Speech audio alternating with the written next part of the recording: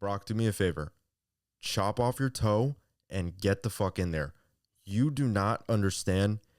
Mac Jones is going to have me 12 beers deep by 2:45 p.m. Eastern. Once you start getting your hopes up, that's when shit just goes left. Week 1 is done. George Kittle is on IR. Brock Purdy's probably going to miss multiple weeks. I might kill myself.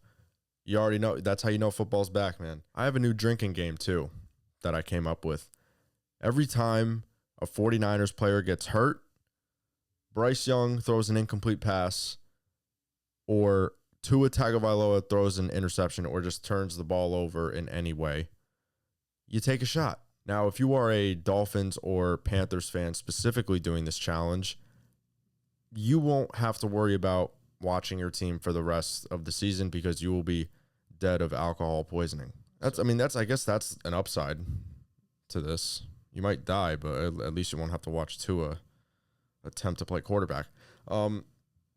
NFL offenses last week, they were pretty bad. I think, honestly, I made a post about the yards per carry for some of the top running backs, and it was at like 3.5 or lower for about 20 of them. Yeah, running back play was at an all-time low. Offensive play was at an all-time low last week, I feel like. Besides that fucking heater of a game, Buffalo and Baltimore decided to just throw at us late at night. Keon Coleman, that fucking dude. You know who else is that fucking dude? Michael Penix. And I feel like nobody is saying shit about him. Nobody's talking about him. I feel like Atlanta's a pretty popular city. Like, Michael Penix played a really good game. They lost because of their fucking kicker. R.I.P. Nick from BDGE. Damn, it's just a tough way to lose, man. But yeah, Penix is a great quarterback, it looks like. Keon Coleman's just got that second-year leap that we were all expecting. A lot of exciting young players to look at. And, if I had one kid for every drink I had to numb my pain from watching Jake Moody, I could probably say I'd have about as many kids as Phillip Rivers. So that's about, 11? Yeah, I had about 11 drinks on Sunday. That is honestly just the pregame in most cases. But now that Justin Herbert's with Madison Beer, he's probably going to beat out Phillip Rivers for most kids had by a Chargers quarterback because that guy is fucking. Week 2 of the NFL is here. Let's get right into it. Chicago and Detroit. Caleb Williams may not be the brightest when it comes to making decisions on the field, throwing accurately, pocket awareness, or, anything quarterback related, really. He will make about 1 or 2 plays a game where you look at it and you're like, wow, this guy could be a top 5 quarterback in the league. Chicago got dicked down in the fourth quarter, and the Lions got dicked down all game. Biggest storyline, of course, is Ben Johnson returning to his former stadium to play his former team, and, you already know he's getting booed. The Lions, though, they have the advantage. They have the advantage in multiple ways. They're playing at home. They know Ben Johnson's offense. The defense, the whole staff, they're going to have a pretty good idea of what Ben Johnson is running, what the offensive tendencies are going to look like, what the game plan is, like, and especially as the game goes on, I feel like it's going to get easier and easier to understand what they're trying to do on offense because they did the same thing in Detroit. So I think the Bears not being able to run the ball is going to be the determining factor in this game because they just can't do it. They have nobody. Like, besides DeAndre Swift, who's just never been an efficient runner of the football, they had to put DJ Moore in the backfield. Their number 1 receiver. They had to put in the backfield to get carries, to get something going in the running game, which is just, it's fucking abysmal. It's just bad. So that is just going to be their biggest Achilles heel, I think, till they get it figured out, which I just don't think that they will because I just don't think that they have the talent over there. But nevertheless, Detroit, 2 yards per carry last week. That's not going to cut it either. So it's going to be interesting to see which offense picks it up. I mean, both teams, they have a chance to go 0-2 to start the year 0-2 and also be 0-2 in the division. So that is not an ideal way to start, and you're kind of already setting yourself back. It's one of those instances where you're putting yourself in a major hole, like, very early on in the season. Starting 0-2 is already bad, but when you're talking about division games, you're losing division games early in the year, it's even worse. So, I mean, I don't know. If I'm the Bears, I'm getting Odunze and Moore the ball early, and especially Caleb, missing those throws, those layups. Really, you just can't do that again. Lions just need to run the ball better. The whole team, the whole offense runs better when Gibbs and Monty are rolling. So Giants and Cowboys, this week is really just pick your poison for the most ass matchups you can possibly fathom. Giants fucking suck. Dayball is just not respected, I feel like. All jokes aside, though, I don't think he's a bad coach. I just think he's made some bad decisions. Like, the whole organization really did.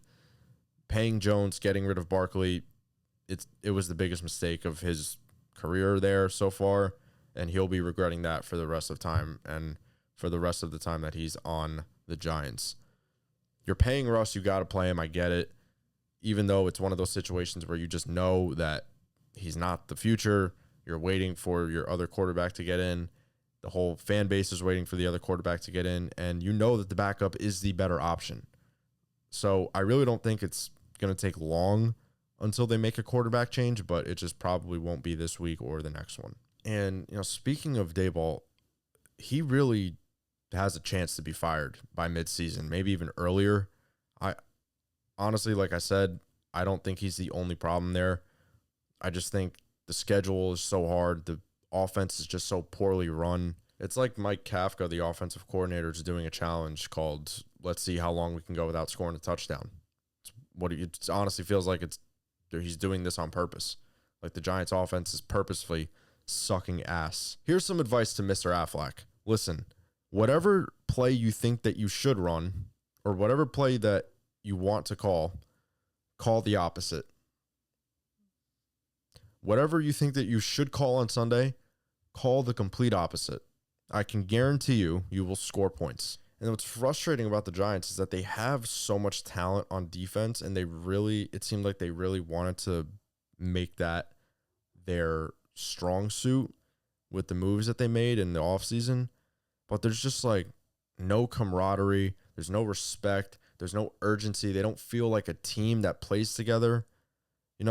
I just feel like the team, to put it simply, like, they just don't fucking believe in themselves. Like, they don't believe in the staff and what they are putting together there in New York. I just feel like they're waiting for Dart. I just feel like it's like, the elephant in the room. It's like, we just want to play with someone else. Like, we want someone who's young, new, exciting, so we could just light a fire under us. It's just, that's what it takes sometimes. I mean, as for the Cowboys, Prescott played out of his mind last week. Williams looked good. Defense looked good without Micah Parsons.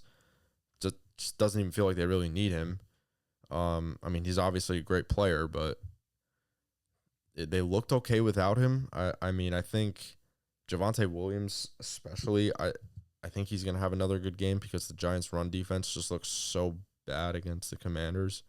Like I said, if I was Dallas, I wouldn't change a thing. I mean, I would just do what they did. Dak played good. They ran the ball. They're trotting out with only 2 running backs, so I understand you might have to split carries and stuff, but honestly, I think Dallas has got this in the bag. They look good against the defending Super Bowl champs. It's this should be pretty easy for them, unfortunately, for the Giants. But Buffalo and New York, oh, man. Jets fans, how delusional are we feeling? We feeling good? Feeling like this could finally be our year? We got our quarterback. Going to keep this one close. Bet you're thinking that. Bet you're thinking this is going to be a good game. Bet you're going to show the league that you can play with the best of the best. You can't be good. You're not allowed. You're not allowed. It's not allowed for the Jets to be good. You should know this. Mark Sanchez sold his soul when he ate that hot dog on the sideline. You should know this.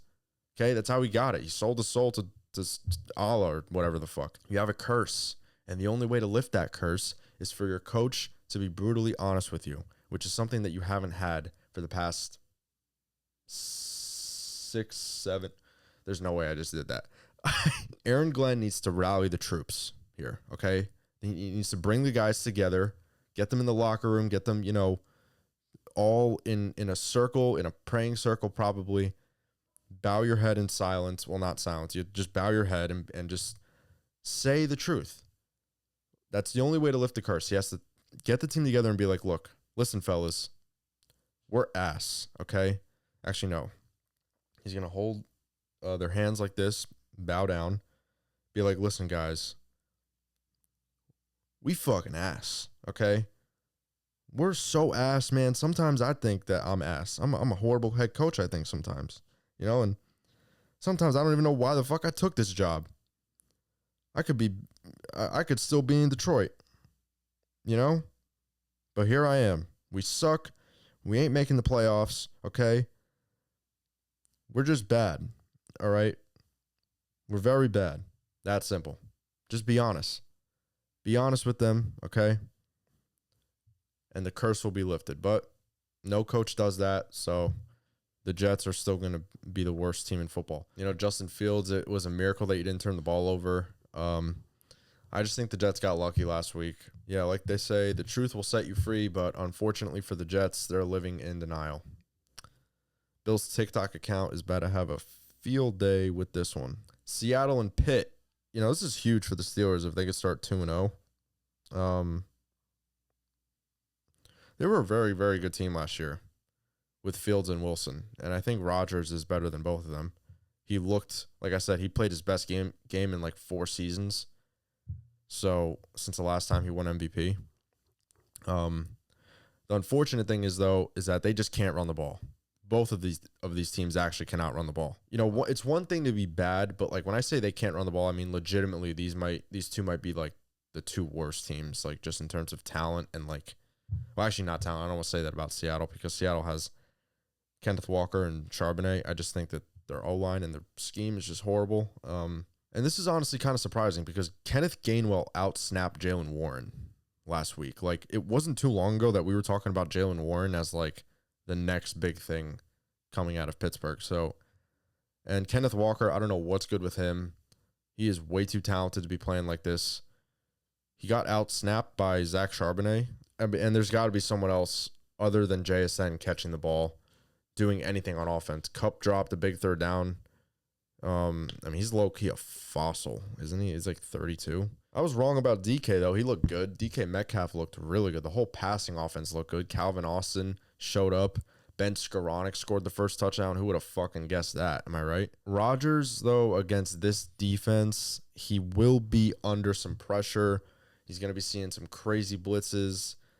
Like we saw last week with San Fran, but the difference is Purdy is more mobile than Rodgers. He's just a better athlete, so he's going to get out of some of those. Rodgers, on the other hand, is, purely pocket passer at this point in his career, so he's going to take some negative plays, but with Seattle's scheme, you saw it last week, like I said, they're going to hit some big ones. DK Metcalf might score his first touchdown deep. Calvin Austin might get one deep. They're going to have some plays down the field open. They just got to hit it. So, it's very possible that I think statistically it'll be another good game for A-Rod. Tough for Seattle, probably starting 0-2. I don't really see any instance where they win this game. I just don't. Yeah. Baltimore and Cleveland. Joe Flacco and Jim Harbaugh are reuniting. Lamar Jackson, you forget, Lamar Jackson took Flacco's job. He stole his job, okay? You know what that means? Joe Flacco wants revenge. I can guarantee you that he's looking at his successor. That's the right word, right? His successor and his former head coach, and he's like, you know what? I fucking want to we lost last week. We won our first win. You guys lost last week. What better feeling would it be to make your former team start 0-2? He's definitely thinking about that. Don't kid yourself. He's obviously, going to have some trips down memory lane. Dylan Sampson quietly just became one of the best NFL receiving backs and fantasy waiver wire pickups of the season.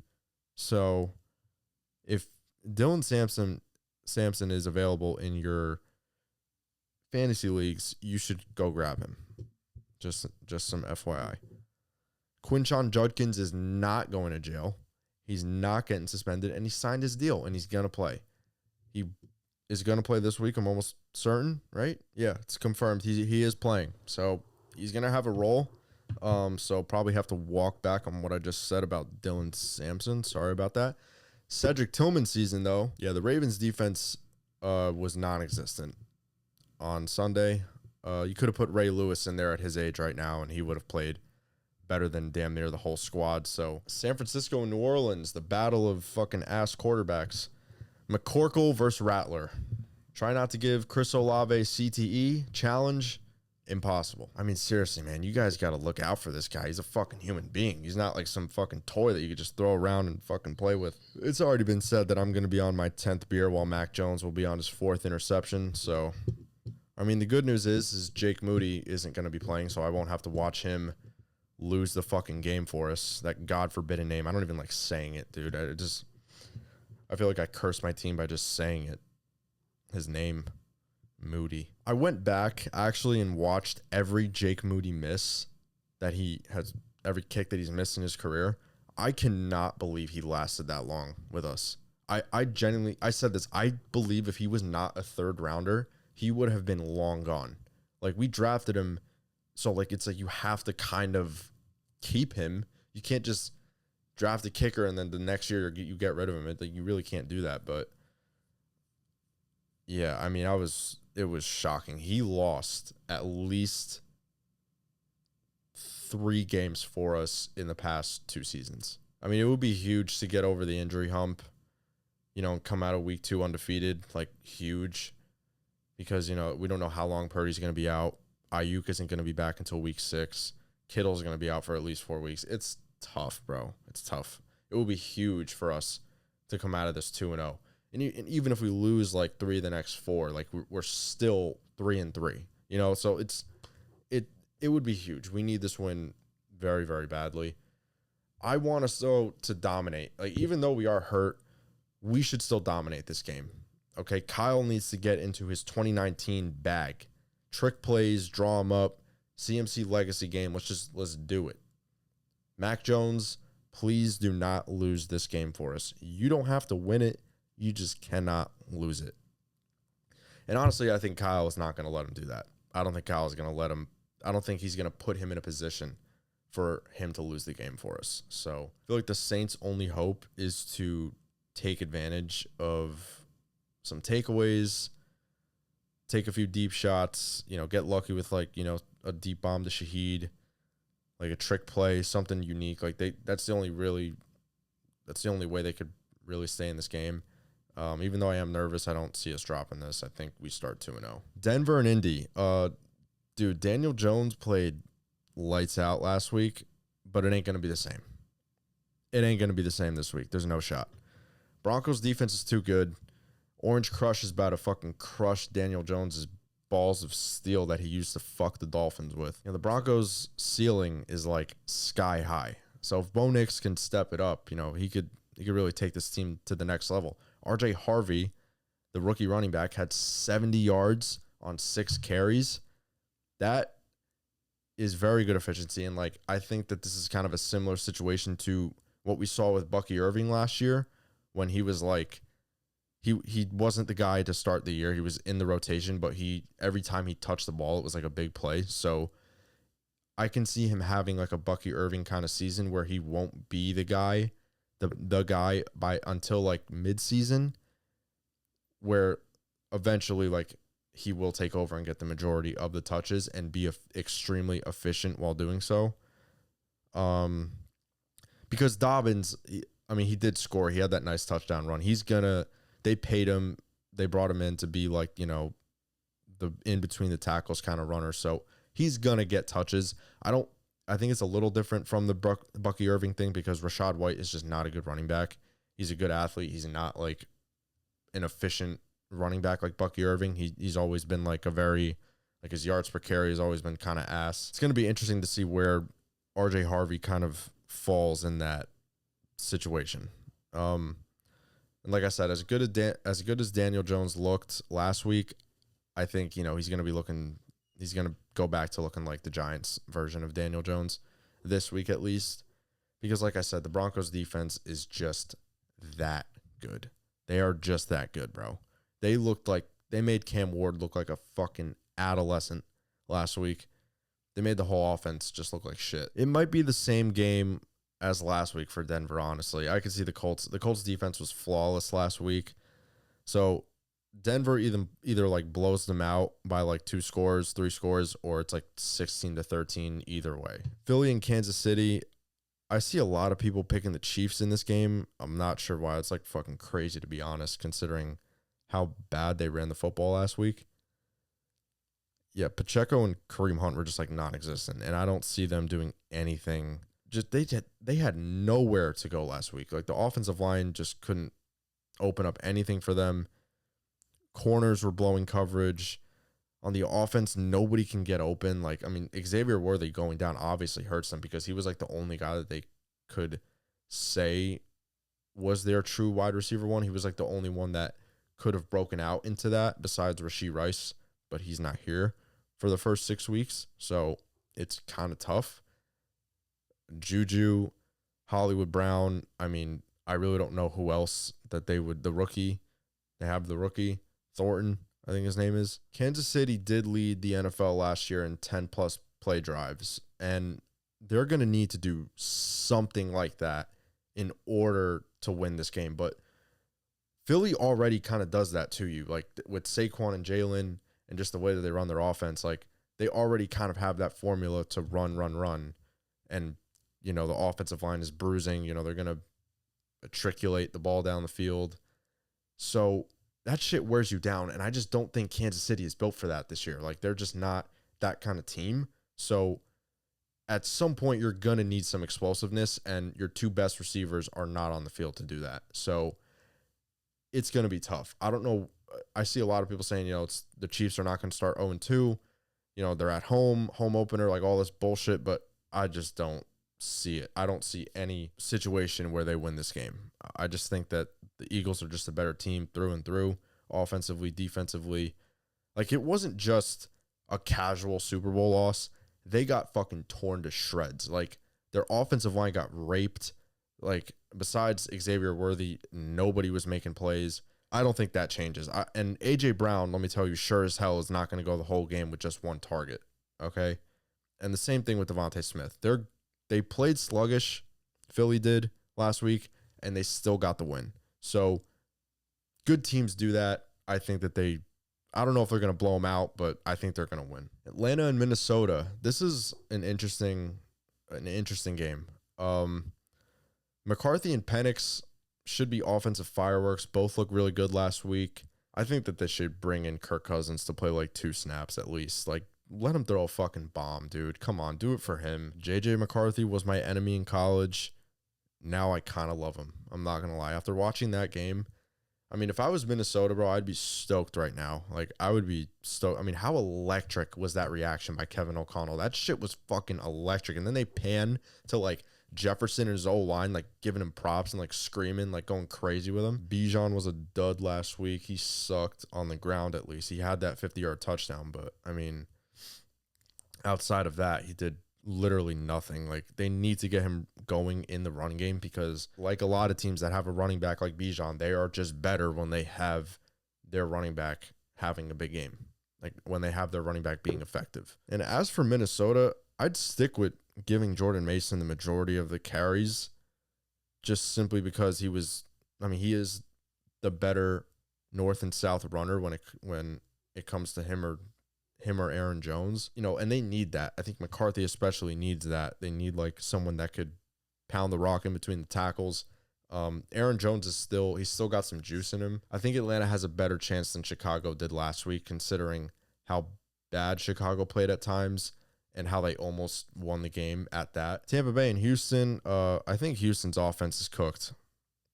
I think it's cooked. Stroud, it looks like Stroud's taking a step back. It's sad to see, honestly. I mean, they just have no explosiveness. Tank Dell gave them all of that. He gave them that explosiveness, but now he's just an afterthought with this injury. And, you know, besides Nico Collins, they really don't have, like, anybody else. I mean, Chubb looked pretty good, but when you can't complement that, you're really not going to do much on offense. You're not going to score. So I think the defense will have to take over again this game.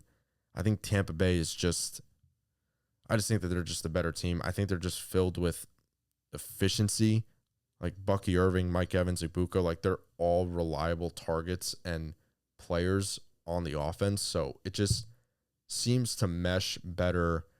Like right now, Tampa Bay is just the better team. They're coming off of a win. Look, Houston starting 0-2 is a huge deal because the Colts and Jags look like different squads than last year. And Raiders, Chargers, finally, the last game that we will be covering. The Raiders were the biggest fluke of week 1. I said it was the Jets. I take my words back. It was the fucking Raiders. Fuck that team. They got lucky. Genty played horrible. Smith did air it out, I will say. I will give credit where credit is due. But Herbert's going to light him up. All right, you know what? You want to know why? Madison beer. And the Raiders starting 2-0 just doesn't sound right. Like, it just doesn't make sense. It's not going to happen.